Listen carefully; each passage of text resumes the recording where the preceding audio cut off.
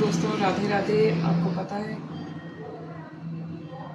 Mummy को आज मैंने बताया था ना, मेरी मम्मी की तबीयत ख़राब है और अभी डॉक्टर को दिखा के लाए हैं। कल ब्लड टेस्ट करवाया था, पूरा कंप्लीट बॉडी टेस्ट। अभी डॉक्टर को दिखा कर लाए हैं तो डॉक्टर ने बताया कि मम्मी ने बहुत लापरवाही कर दी। पहले सिर्फ वायरल इन्फेक्शन था, जैसे कि फ़ीवर आ रहा था, लेकिन मम्मी ने दवा नहीं ली। मैंने लाई थी लेकिन मम्मी को देके गए थे, गांव जाना पड़ा। आपको बताया था ना कि मेरी भाभी मतलब मेरे चाचा की बहू को कुछ प्रॉब्लम आ गई थी, बहुत ज़्यादा प्रॉब्लम आ गई थी। सब बहुत परेशान कर रहे थे, तो उसने बुलाया था कि दीदी आ जाओ और इन लोगों से बात करो आके। तो इसकी वजह से मुझे गांव जाना पड़ गया और मम्मी ने दवाई ली नहीं, लापरवाही कर दी। करीब 16 तारीख से मम्मी को ये फ़ीवर आ रहा है। मान ही नहीं रही थी, पहले तो ब्लड टेस्ट ही नहीं करवा रही थी, बड़ी मुश्किल से करवाया है। जब बहुत ज़्यादा खुद को लगने लगा कि हाँ मेरी तबीयत ख़राब हो रही है अब ज़्यादा, तो डॉक्टर ने बताया कि ये वायरल इन्फेक्शन जो एक नॉर्मल फ़ीवर था वो इन्होंने बढ़ा लिया है, दवाई ना कर लेकर लापरवाही करके। ये बैक्टीरियल इन्फेक्शन हो गया है, ये चेस्ट में इन्फेक्शन हो गया मम्मी के। तो डॉक्टर ने अभी दवा दी है 5 दिन की और बोला है पहले इसको लीजिए, भाप लेने को बोला है और बेड रेस्ट करने को बताया है, जो कि मेरी मम्मी को पसंद ही नहीं है। और इसीलिए मैं आज पूरा काम मुझे करना पड़ रहा है। 2-3 दिन से अब मैं ही कर रही हूँ पूरा काम। नहीं तो मेरी मम्मी जुटी रहती थी किचन में। जब तक हम और कामों से फ्री होते थे तब तक तो मम्मी का किचन का काम तो पूरा हो चुका रहता था। तो दोस्तों प्लीज़ प्रे करिए कि मेरी मम्मी जल्दी से ठीक हो जाए। बहुत ज़्यादा वीक हो गई हैं, चेहरा देख के लगता है, डॉक्टर ने कहा देखिए आपका चेहरा देख के लग रहा है कितनी सूख सी गई हैं। जबकि डॉक्टर पहली बार मम्मी को देखे थे, पहले नहीं देखे हुए हैं, लेकिन फिर भी चेहरे से पता चल रहा है कि इंसान बहुत ज़्यादा तबीयत ख़राब है। मेरी मम्मी ठीक हो जाए बस।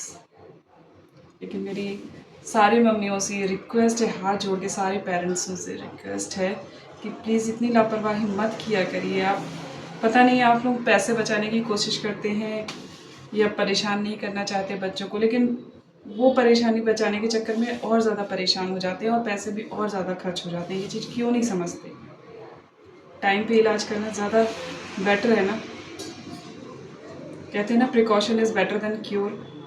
पहले से सावधान हो जाए, पहले से उस चीज़ के इलाज करवा लिया जाए तो बीमारी क्यों बढ़े। लेकिन ये चीज़ बड़ों को समझ में ही नहीं आती है, ना मम्मी लोगों को ना पापा लोगों को, पता नहीं क्यों। और अब मैं परेशान हो रही हूँ, वो मेरी मम्मी को बुरा लग रहा है, लेकिन अब वो क्या कर सकती है, उनके शरीर में इतनी हिम्मत ही नहीं बची कि वो मेरी हेल्प करें। अब वो मुझे बस परेशान होते देख रही हैं, क्योंकि मेरे पापा की भी तबीयत ख़राब रहती है, उन्हें न्यूरो का प्रॉब्लम है, तो उनका सारा काम करना पड़ता है। कुछ भी नहीं कर पाते वो अपने हाथ से, कर सब लेते, लेकिन मेरे पापा पता नहीं क्या बोले उनको, वो नहीं करते हैं, सब कुछ करना पड़ता है। एकदम देखने से नहीं लगता कि उनको बीमार है, लेकिन न्यूरो का प्रॉब्लम है, समझते ही नहीं है बात को। दिमाग में अटैक, उनके सीधे ब्रेन स्ट्रोक पड़ा था, तो माइंड में ही अटैक पड़ा था, तो चाहे जितना समझाओ कुछ नहीं असर पड़ता है, सब कुछ करना पड़ता है पापा का। इसलिए मम्मी और परेशान है। जब से खैर मेरे पापा को ब्रेन स्ट्रोक हुआ, तब से मेरी मम्मी की हेल्थ बहुत ख़राब हो गई, क्योंकि पापा का पूरा काम करना पड़ता, हर एक चीज़। बहुत परेशान हो गई हैं दोस्तों। प्लीज़ प्रे करिए, भगवान से बोलिए, भोले बाबा से, माता रानी से, कि मेरे मम्मी पापा को ठीक कर दें। मेरे पापा का ठीक होना बहुत ज़रूरी है, तभी मेरी मम्मी हेल्थी रह सकती है। नहीं तो वो मेंटली डिस्टर्ब हो चुकी है मेरी मम्मी भी। पापा को तो भगवान ने कर दिया, ब्रेन स्ट्रोक जब से हो गया तब से वो मेंटली डिस्टर्ब हो गए। लेकिन और न्यूरो का प्रॉब्लम वैसे भी रहता है, जिसके वो कमजोरी आ जाती है, वीकनेस, कितना भी खाओ लगता नहीं है शरीर को। तो शरीर देखने से लगते हैं कि बिल्कुल हेल्दी हैं, लेकिन चलने में प्रॉब्लम होती है। चलते हैं, ज़्यादा देर चलेंगे अगर 5 मिनट से ज़्यादा भी, 5 मिनट भी, अगर 5 मिनट क्या 2 मिनट से ज़्यादा चल लेते तो ऐसे टेढ़े होने लगते, पता नहीं कैसे गिरने लगते हैं पीछे को। पता नहीं क्या है, कब ठीक होंगे। डॉक्टर्स तक पता नहीं कैसी दवा देते हैं। हम लोग यहाँ कानपुर में पुनीत दीक्षित डॉक्टर हैं यहाँ के, बहुत अच्छे न्यूरो सर्जन हैं, न्यूरो के डॉक्टर कहलाते हैं वो। लेकिन पता नहीं कैसी दवा दे रहे हैं कि कुछ भी असर नहीं हो रहा है।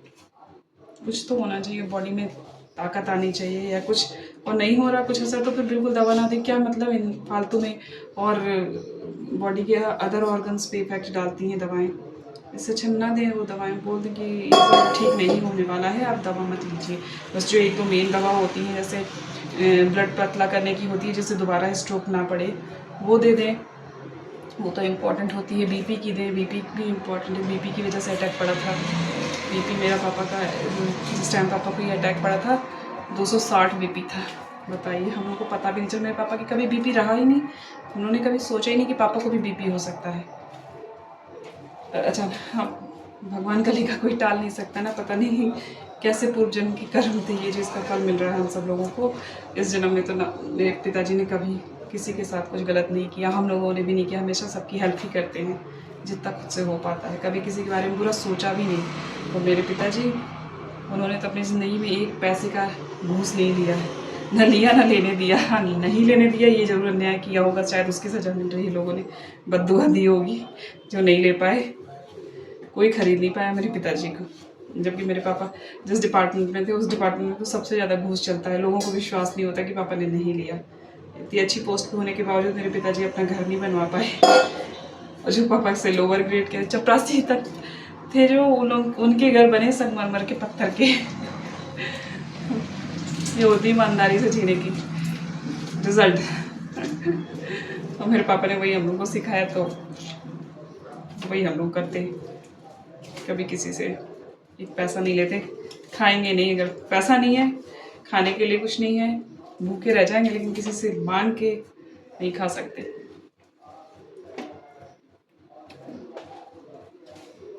इवन मेरे पापा ना एग्ज़ाम देने जाओ तो पापा कहते थे कि ना बने वो सही है, मत लिखना, लेकिन किसी से पूछ के मत लिखना।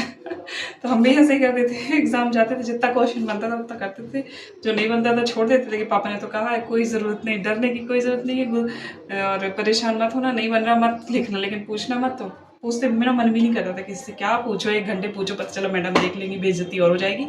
इससे अच्छा ना पूछो, जितना बन रहा है पास हो जाएगा, उतने में पास उतना बहुत है। मुझे पूछने में आलस लगती थी, जबकि मेरी फ्रेंड मुझे आगे बैठती थी, जो वो ज़बरदस्ती खुद से पूछ के मुझसे बताती थी कि तुमने ये कर लिया, तुमसे ये बन गया, नहीं बना तो लो, मुझसे बन गया, ये ले, मैंने लिख लिया तो मेरा देख के लिख लो। और मैं उसे डांटती थी कि मेरा हो गया, चलो मुझे नहीं लिखा। ज़बरदस्ती मेरी कॉपी खोल के देखती थी, दिखाओ दिखाओ दिखाओ, तुमने कहाँ लिखा है। सारे क्वेश्चन मेरे चेक करती थी कि मैंने लिखे हैं कि नहीं लिखे हैं, और जो नहीं लिखते पीछे पड़ जाती थी। लेकिन मैं इतनी दुष्ट थी कि वो दिखा रही है उसके बावजूद नहीं, हम उससे कहते थे हाँ हाँ हमने पढ़ लिया, हम लिख लेंगे, लेकिन नहीं लिखते थे। और बाद में हम लोग की लड़ाई होती थी जब रिजल्ट आता था कि तुमने जब सारे क्वेश्चन कर लिए थे तो क्यों नहीं आए तुम्हारे इतने नंबर। क्या लाइफ होती है स्टूडेंट लाइफ ना। दोस्तों, आप सोचते होंगे मेरी मम्मी की तबीयत खराब है, पापा भी ऐसी थे, रहती तबीयत खराब, उसके बाद में इतना हंसने में क्या करूँ। मेरा नेचर ऐसे ही हंसने वाला ही है। अब आप बताइए मैं क्या करूँ। बस भगवान मेरी मम्मी को जल्दी से ठीक कर दें, क्योंकि मेरे ऊपर अभी बहुत जिम्मेदारी है। 28 तारीख को भी कोर्ट जाना है, 29 तारीख को कोर्ट जाना है, 28 तारीख को डेरापुर जाना है, 29 तारीख को माती जाना है। कैसे करूँगी, बहुत टेंशन है। कोर्ट कचहरी के चक्कर में फंस गए हम लोग, परिवार वालों की वजह से। बहुत ख़राब होता है ये परिवार। सब बताऊंगी आपको धीरे धीरे। आप मेरे चैनल को सब्सक्राइब कीजिए, मेरी दोस्त बनिए। मैं आप सबको सारी हिस्ट्री बताऊंगी अपने घर में हमारे क्या चल रहा है, परिवार में सब टूटे पड़े परेशान करने को जान गए कि मेरे पापा सक्षम नहीं है, तो और ज़बरदस्ती मेरे पापा के नाम पे सब कर देते हैं वो पटान काम। जबकि मेरे पापा का कहीं भी इन्वॉल्वमेंट नहीं है, किसी को परेशान नहीं किया, उसके बावजूद सब लोग दूसरों से बदला, मेरे पापा के भाइयों से बदला लेने के लिए मेरे पापा को परेशान कर रहे हैं। कहते हैं ना कि धोबी से ना जीते गधा के कानों में थे, वही वाला काम कर रहे हैं सब लोग। और पापा मेरे जाने में सक्षम नहीं है, तो उनके बदले मुझे दौड़ना पड़ रहा है। बहुत आफत है मेरी ज़िंदगी में। जॉब नहीं कर पा रही हूँ इसी वजह से, सब भाग दौड़ की वजह से। सारी डिग्री ख़राब है मेरी। आपको पता मैंने क्या क्या पढ़ाई की है? नहीं पता ना, नेक्स्ट वीडियो में बताऊंगी। जानकर आप भी अपने दांतों तले उंगली दबा लेंगे। हंसेंगे मेरी किस्मत पर, वो गुस्सा भी करेंगे। तो चलिए मिलते हैं नेक्स्ट वीडियो में अपने बायोडाटा के साथ, मेरे बायोडाटा के साथ। आप सभी बताइएगा आपने क्या क्या पढ़ाई की है और आप क्या कर रहे हैं, और मैं भी बताऊंगी मैंने क्या क्या पढ़ाई की है और मैं क्या कर रही हूँ। चलिए मिलते हैं नेक्स्ट वीडियो में। Bye bye, take care.